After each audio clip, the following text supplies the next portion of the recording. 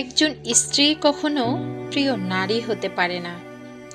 আপনি যদি বেশিরভাগ মানুষকে জিজ্ঞাসা করেন আপনার জীবনের প্রিয় নারীকে, স্বভাবতই অনেকেই বলবেন মা, কেউ বলবেন বোন, কেউ বলবে মেয়ে, আবার অনেকেই বলবেন নানি, কারণ তিনি তাকে কোলে পিঠে করে মানুষ করেছেন। কিন্তু আমি ভীষণই অবাক হই, এমন একজন মানুষও কি নেই যিনি বলবেন আমার জীবনের প্রিয় নারী হচ্ছে আমার স্ত্রী। আসলে বাঙালিদের সমস্যা হলো স্ত্রীকে ভালোবাসি বললে মান সম্মান কমে যাবে, স্ত্রীর কাছে ছোট হতে হয়, লোকে বউ পাগল বলবে, আবার অন্যান্য পুরুষের কাছে নিজের পুরুষত্বটাই একটু কমে যাবে।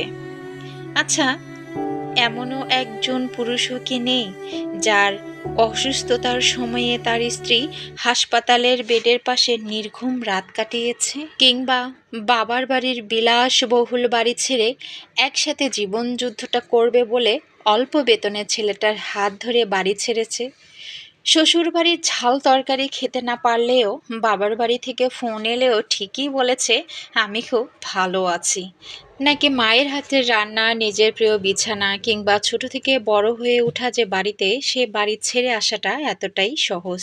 তাই একজন বউ কখনোই প্রিয় নারী হতে পারে না, তার সেই যোগ্যতাই নেই।